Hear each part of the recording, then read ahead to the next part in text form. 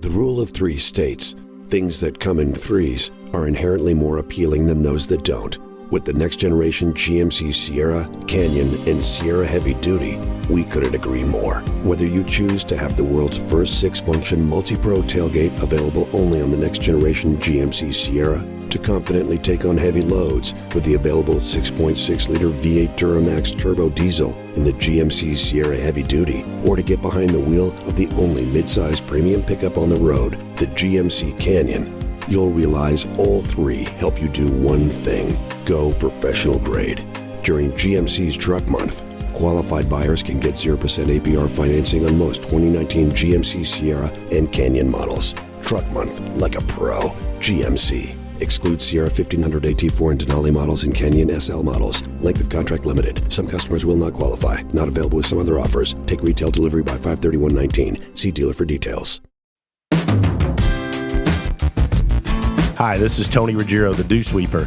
You're about to listen to an episode of The Tour Coach, which is going to give you an inside look at coaching golf at the very highest level, from on the PGA Tour with my guys all the way to here at Mobile, Alabama in the Dew Sweeper Dome, as we help folks of all skill levels, all walks of life, learn to achieve their golfing goals. So in this edition of The Tour Coach, I had the opportunity to sit down with one of the people I respect and admire a great deal in the industry that we're in of teaching golf. It's Brady Riggs. And one of the cool things about what we get to do is, and what I get to do is, over the course of time and doing the radio show and teaching folks and traveling a little bit, I've had the opportunity to meet some folks that are great teachers, but they've become great friends. And Brady would certainly fall into that category. It's somebody that we have a similar outlook on teaching. We have a similar outlook on life and things that are important, and the value of friendships and the value of relationships. I've got a daughter, Abby, that's 25, and she grew up and didn't get to spend near enough time with her as I look back on it and probably wish I would have. And she doesn't play golf, although she is coming to the U.S. Open with me, and we do tons of stuff now. But Brady, her daughter, Maddie, is a really good player and plays college golf. And so one of the cool things about being friends with him is I've gotten to become a fan of his daughter, Maddie, as well as watched his player, Brandon Hagee, who is a great, powerful young player on the PGA Tour. And so I've become a fan of Maddie. I've become a fan of Brandon. And sitting and hanging out with Brady is always interesting. It's always very introspective, and it's always educational. And I think you'll like this talk that Brady and I had about golf, mentoring, coaching, fathering, and life. And I hope you'll get something out of it, just like I always do. Hey, everyone. If you like free golf gear, and specifically Vineyard Vines, which is amazing stuff, we have a giveaway for you. First off, thanks for listening to this podcast. I'm really enjoying The Tour Coach, and I hope that it's become part of your weekly routine as well. And we want to help more people find the show, but we need your help. Here's how. Post a screenshot of the Tour Coach podcast episode that you're enjoying the most and tag at Golf Science Lab or Tony at the Dew Sweeper. Instagram or Twitter are the two places to do that. Post these photos of your favorite episode, tag us, and you're entered to win a Dew Sweeper Vineyard Vines polo and a $100 gift card for Vineyard Vines. Does it get any better than that? So help us share this show. You have 2 weeks to enter, so limited time. And the more times that you post, the more entries you get. Let's do this.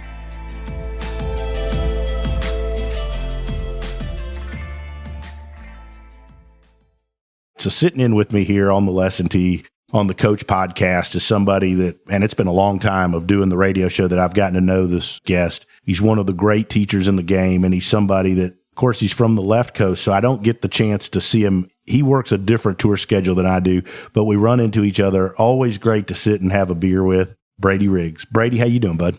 Tony, it is absolutely my honor to be on this with you. Fired up to chat as always. I'm doing great. Yeah, this is kind of fun, and this is different for me. You and I talk so much off the radio and away from the golf course, like, because it's not just doing a 10-minute thing, just instruction. I mean, like, you and I can really talk here about like what teaching and coaching tour players and life doing that's like. And I think people, a lot of people, I mean, they go to seminars and they see people present stuff. But like, to me, Brady, that's not real golf coaching, and that's not real golf teaching. You know, a seminar and a bunch of graphs, and that's not making people better. You know how I am. I think you're the same way. I totally agree. I mean, I think that's some dazzling with BS, you know. I mean, there's so much more involved with teaching anybody. I mean, you're in their personal life. You're trying to establish some trust, and you got to be able to laugh at the right time. Try not to let them beat themselves up when it's going bad, and none of that is on a graph, you know. Right. It's all about, just kind of helping somebody navigate, because we don't know everything either. You know, we're often slightly guessing here and there, and sharing strategies with each other on the phone. So that's all nice and everything, but nobody has all the answers. And anybody says they do, they're lying. So let's talk. Your student on the PGA Tour currently, Brandon Hagee, unbelievably talented guy. You've taught him forever. How long have you taught Brandon? We are 15 years in now. Amazing. It's great. I mean, 15 years. I always, every once in a while, I'll do this on social media, and I don't post hardly ever on social media, but I like to post that my player missed the cut today. Struggled, didn't have it. I had no answers. It was a bad week, because people are always, posting. I heard a comment. It's like they post their A side. Right. They're not putting their B side up. So they're not showing all the stuff that is happening that isn't going well. And Brandon and I I've been with him since he was 13 years old, and we've been through a life together, adolescence, being recruited in college, playing college golf, turning pro, getting your tour card, injuries, all the stuff, So we basically are much more like family than we are like student and teacher. And it's been an incredible ride, because we've been together so long. And it's still frustrating for me and for him. We want him to play better. And you're just so invested with your players emotionally. It's tough. 1,000% on the emotional investment. And I tell people sometimes I think I'm probably too much that way, but then I don't know that it would be the same experience and it would be the same result for the player if I was just one of those people that didn't care as much and didn't get. So I know you're the same way. I mean, like, we have to monitor that we don't refresh the app every 2 minutes to see what they're doing. And totally, and like, heck, you've been there for me when I've called and said, heck, I've had 2 guys fire me this week, and I'm destroyed. And I've been there. We've talked when you've had, somebody not playing well. And talk a little bit about, it's different when they're an older player and you just kind of pick them up in their career. But when you've been with these guys for 15 years, it's like you said, you've been with them through all these things. Talk about a little bit about that journey. And if you don't, let's talk. There's some highs that are just great, but then the lows are bad. Totally. The one thing I always told him, and especially his parents along the way, was nothing matters. There's no such thing as a big tournament until you get to Q school. Mm-hmm. This is way back when he was 13 years old, because they were like, well, he's got a big AJGA coming up. And it's like, no, there's no big AJGA. Nobody's going to remember this tournament. There's no big anything until you're playing for your job. And then all of a sudden it's big, like it is big when you're at Q school, and all those victories that you had in the past that are great and everything, but they don't just give you the card because your resume looks good. You got to go out and play for it. And then, the first time he went to Q school, he struggled and barely got out of second stage, I think by a shot, and then barely got his web status, and it was tough. He wasn't playing good at the wrong time, and went out, had a couple starts, managed to string some good results together. By the time, he was in the middle of summer, he had full web status he had played himself into, and then got his card off the web from top 25. So it was a rough couple, year and a half of just trying to get him to go from, being on the best college team they have had in a very long time to trying to earn his individual status in the PGA Tour. But I think there's that perspective from start to finish that, it's just golf, and you can't put big on attached to anything, because if you do and you don't succeed, then you're heartbroken. And if you do succeed, you think that's it. And it just isn't, because you know how we are in this game. We're only as good as our last shot. So to me, in the transition, like that transition from college golf to pro golf, to me, is something not a lot of people talk about, but is way harder than anybody thinks it is. And I mean, there aren't very many Jordan Spieths out there, right? I mean, or even Justin Thomases. And, you know, the hardest thing for me is to convince these guys that have been amazing, like Brandon was an amazing college player, and or the Bobby Wyatts that I taught at Alabama, that when they go pro, they don't, like, I find that they start feeling like they have to be better or do something different, when really they've like, to me, I've got to help them see that they've just got to get a little better at what they already do. It's so true. Like, if they're on that level, they already can play golf. You know, that's already a done deal. So how do you help them get to that next level of just getting a little bit better? I mean, the thing most guys are doing, if they're really successful in college, they're probably better players as seniors than they were as freshmen. Mm-hmm. You know, they're getting there. And they just have to keep that momentum going. And I think that's hard for some people. They think, well, now I got to really get better. And I got to change this, change that. And it's just not the case. You know, you got to a really high level for a reason. Continue to just do the things you're doing. You're going to be successful. You got to continue to get better. And it does happen pretty naturally, I think. What did you do to help in that? I mean, is there anything you said or you did, or like, what was your thought process to help convey that? Because I think that's hard for players. And I think they've been so competitive, and, you know, and then they go out there and they, you know, these guys get their first couple starts, and, you know, I remember walking the range and you're looking at a guy that you don't think, how is this guy any good? And he finishes 12th and the young guy misses the cut. You know, I mean, it's so much more than golf swing. How'd you help Brandon, and what was your philosophy for getting them to understand that? You know, just keep telling him that he's really good. You know, right? When he's struggling, I know you go through this all the time too, Tony, is we have to keep convincing them, look, you're doing everything you're supposed to be doing. You just need to keep doing it and not reset everything. You know, I mean, you know when something's not right, when they're playing poorly over a long period of time, or hitting it bad on the face, or not making good contact, or the ball's double crossing. And then obviously we got to get in there and do some stuff. But I mean, sometimes you just hit the wrong club and hit a back bunker and 3-putt on a hole, or takes bad bounce. And next thing you know, you miss the cut. And next week something else happens. And then you think, oh, I'm playing terrible. And it's really not the case, you know, and just trying to keep, I think my job as a coach is to keep the perspective, you know, help them keep perspective. And then step in when I feel like, you know what, it isn't on track, and we both can kind of feel that, and we're going to have to make some changes to get things back into the right place. But I think you can definitely try to learn yourself off the PGA Tour. You know? That's all-star quote right there, Brady. I knew I'd get one out of you. I appreciate that.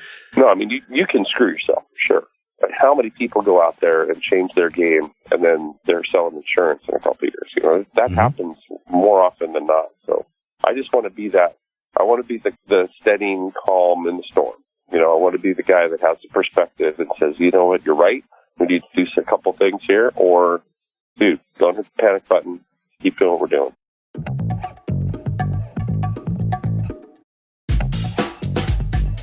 All right, everybody, welcome back to our Restaurant of the Week with Tony. This week, if you happen to be in New Orleans at the Zurich Classic, Tony, where should everybody eat that week?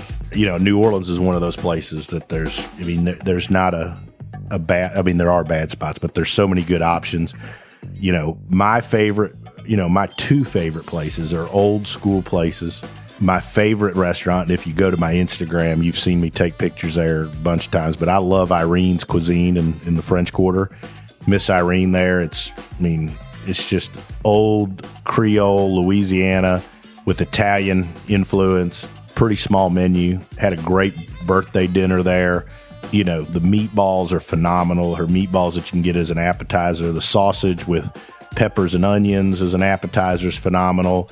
They always do a steak special, and, you know, I don't always get chicken on the road, but rosemary chicken there, the chicken rosmarino is fantastic, and they have an unbelievable wine list, and it's cool. And, you know, time to time, Miss Irene will come out and say hi and stuff. It's a cool joint, a lot of history there. I love that spot. And you teased the second one there as well. What's our second choice? I'm a big steakhouse guy, so like old Dickie Brennan Steakhouse in the French Quarter. I love going there, and I mean, taking the guys there a bunch as well. Really cool spot. I mean, it's kind of, you kind of step down into it. It's got that dark steakhouse feel to it, really good flavor, good steaks, great wine list. You can get a good martini, where one's not enough, but two's too many, so, I enjoy that, and I enjoy my rum drinks there. Perfect. All right, let's get back to the interview.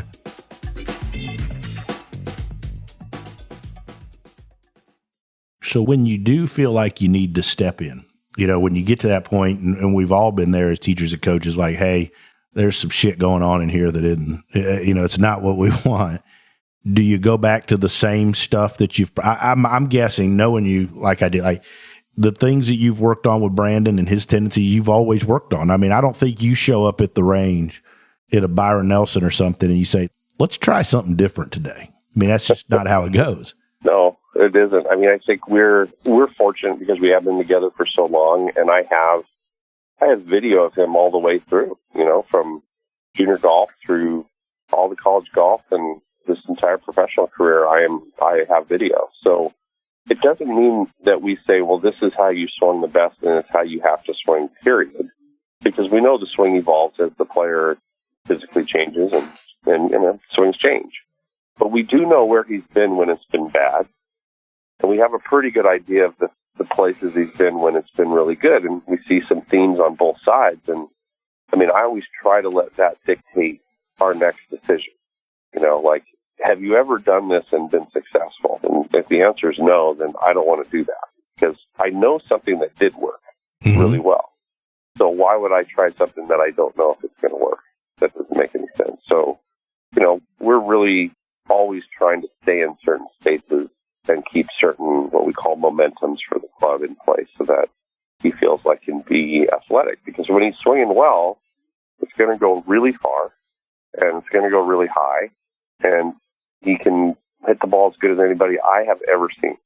And if we just keep it in good spots, we should see those things. Exactly. And he is. And you touched on a word, athletic. One of the things that I was fascinated about your teaching when we first met and got to talking was I love the fact that your players were athletic and that you coached athletes. And I think that that's certainly a recipe for more success for players.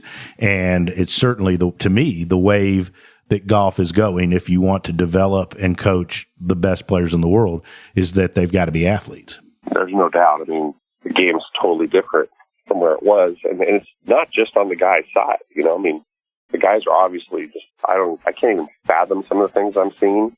I'll give you an example. Yesterday I was with Brandon in Scottsdale, and he had a 260-yard uphill shot. So he's like, well, there's maybe a 5-yard tailwind. We're in altitude. He goes, the 3 is just going to be too much. And it wasn't the 3-wood. It was the 3-iron. So he hits 4-iron straight up in the air. It lands about a foot from the hole and rolls out to like 12 feet. And I'm sitting there and I'm saying to myself, if you had a driver in 1985 from the same spot, I don't know how many guys would have flown it all the way there.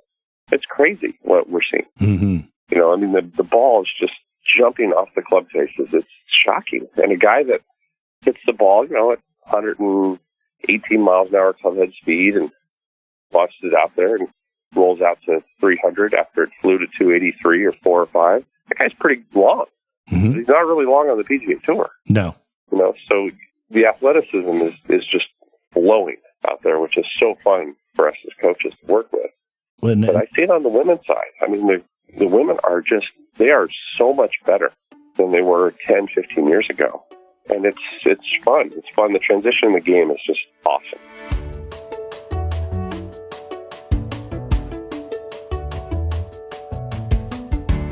I always think of my players like they're my own kids. I mean, and like you mentioned, Brandon's like family. And I think that the way you teach and the way you coach is that way. And so one of the things that, I wish you put more of this on social media with more pictures of you in a hoodie, but the fact that you coach and you teach your daughter, and Maddie is, great soccer player. Now she's playing college golf. And I was fortunate enough to see kind of the early stages when she came and we did that camp together in Auburn, Alabama. But I think one of the cool things that you do is not only teach tour players, but now you've developed your daughter into an athlete and into somebody that's a hell of a player on the college level and what you do helping that golf team? Well, I wish I could take a lot of credit, Tony. I swear, like, Maddie is easily a better golfer than I was. I mean, she hits the ball better than I ever did. I mean, I might have shot a few decent rounds, here and there in some tournaments, but I never hit it as consistent as she does. It's just freaky to me. And she works unbelievably hard. And I have to say, like, working with the college team the last 3 years has been the single best thing for my coaching, because it just reiterated to me and reaffirmed that you don't get better on the range. Mm-hmm. You learn mechanically on the range. But you can't learn how to play golf on a driving range.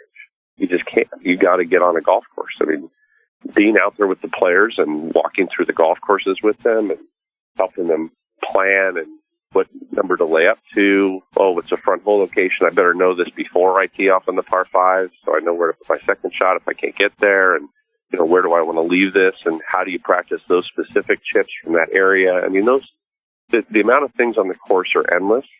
And I think with my daughter, I was fortunate because she learned how to play golf on the course, not on the range. I mean, we were on the golf course all the time when she started to get serious because I felt like I had to fast forward the process, So it's been awesome for my coaching. And like you, and I know we talk about this all the time, I learn a lot more from my players than I teach them. Mm-hmm. And I definitely have learned a lot from my own kids. I'm going to make you tell the story of the tournament. I believe it was in Hawaii where you walked the last few holes after she got off to a rough start and she had the putt on the last, because I think that's parenting and coaching at its best.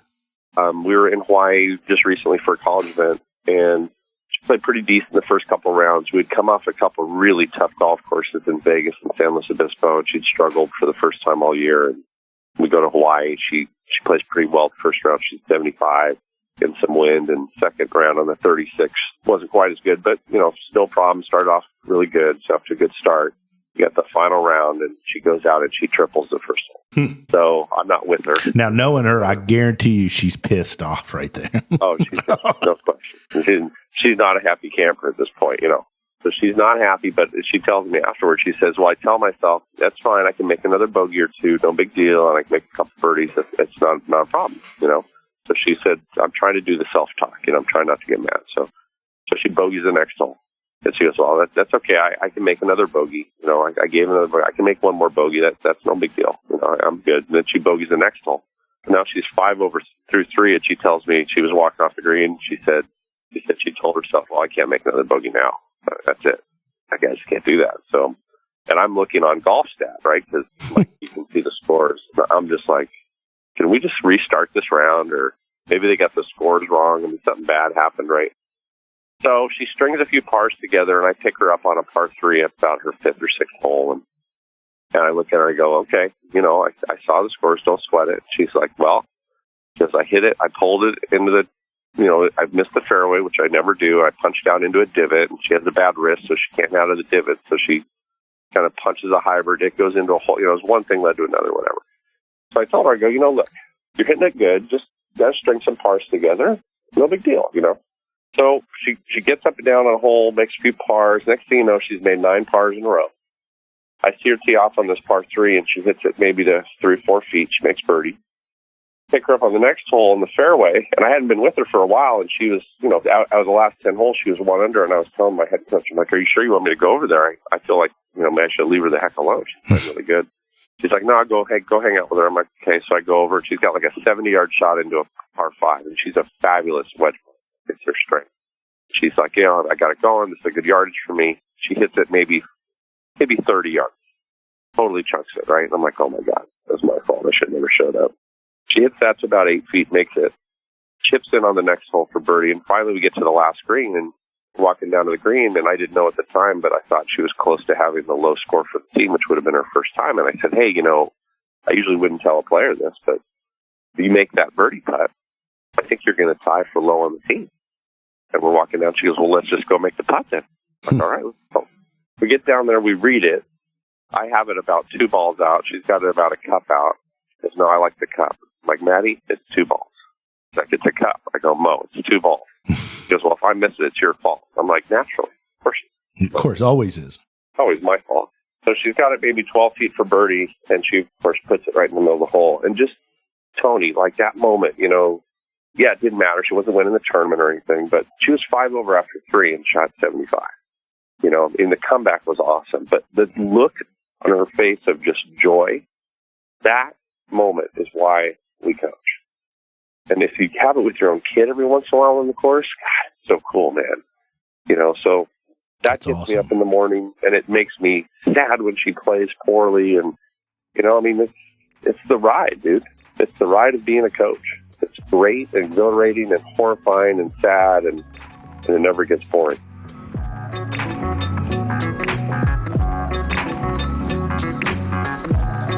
I told somebody this, it was a month or two ago, so the off season comes and by the time, the tour year's so long, right? It rolls into fall and then, we get there and, you get that month or so off and you're so ready to be off. But then Brady, by January, then I'm really itching to get back out there and for that ride to start again.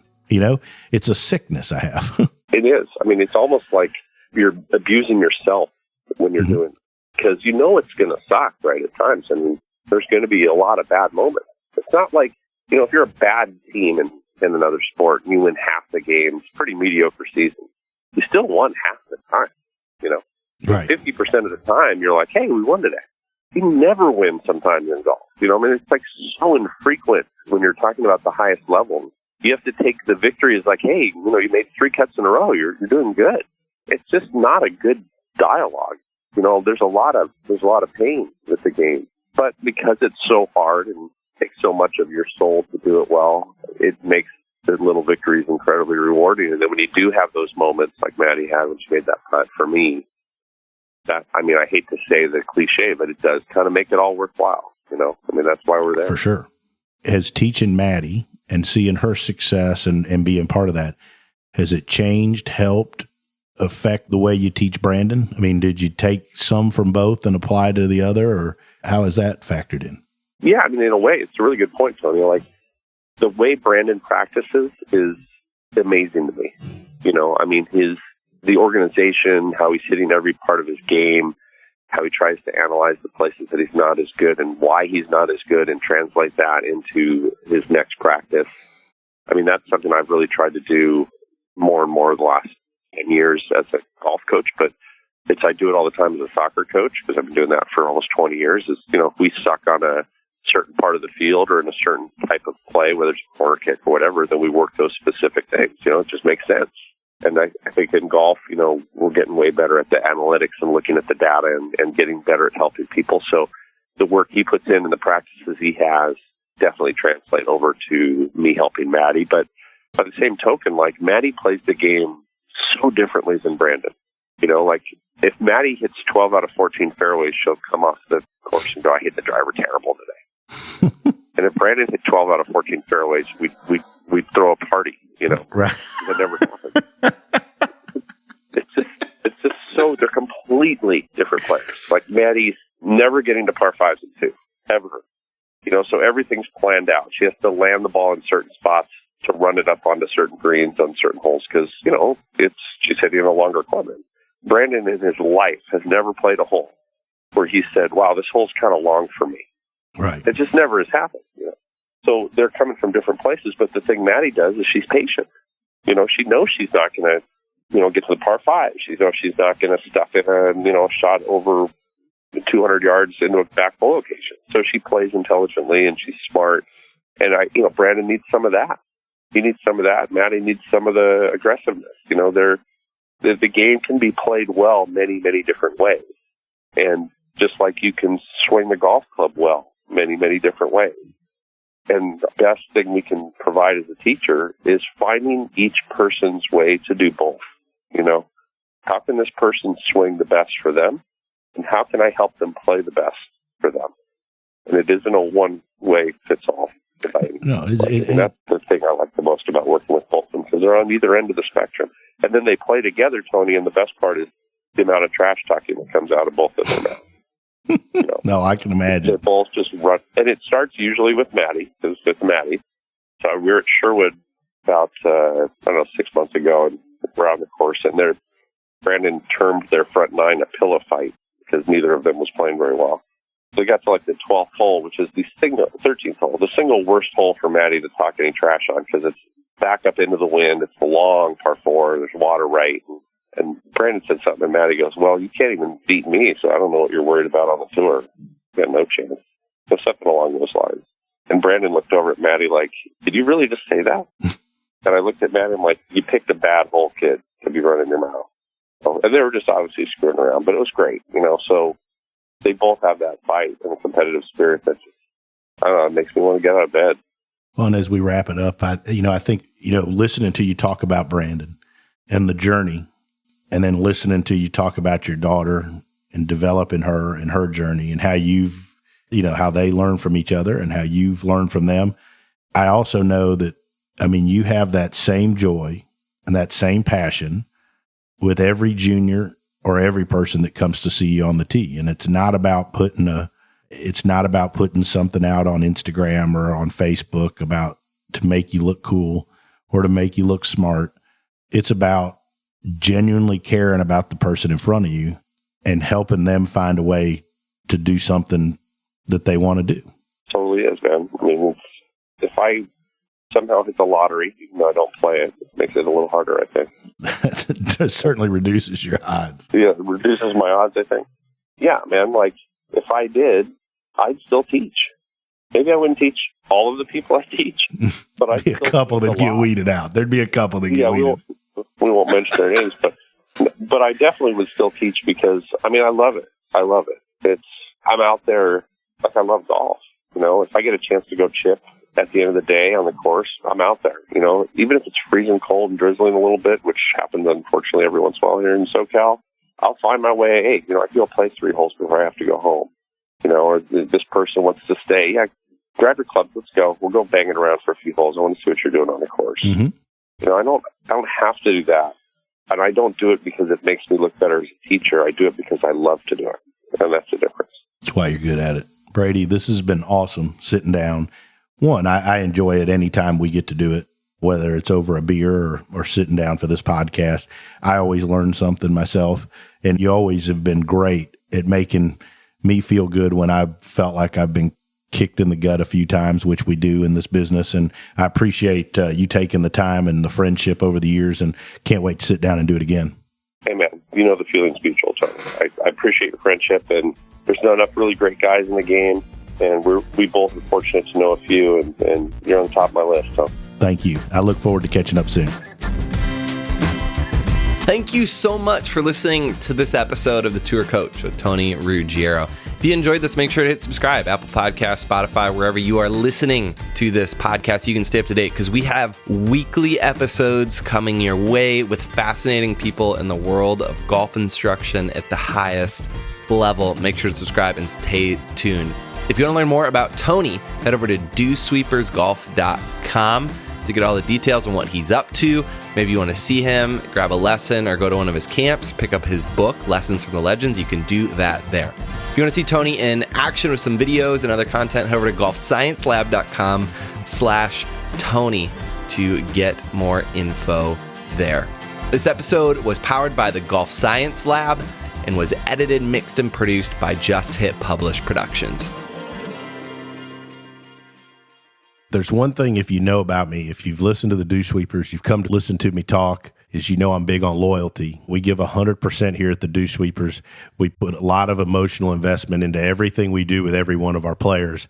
And the same can be said for our partners and the folks that have been with us for the long haul and help the Dew Sweepers, help our juniors, help us get to our tour players. And so I want to give a special thanks to our sponsors. Our sponsors are, first and foremost, Buick and our local Buick dealers here around the Southeast, Shrixon Cleveland Golf, who've been with me for over a dozen years, and their belief and support of what we do here with the Dew Sweepers. And lastly, the folks at Vineyard Vines. The folks at Vineyard Vines love what we do with junior golf. They support us on the road. There isn't a better family or group of people that are going to help us look our best, play our best, and have more fun than the folks at Vineyard Vines. So special thanks to our sponsors.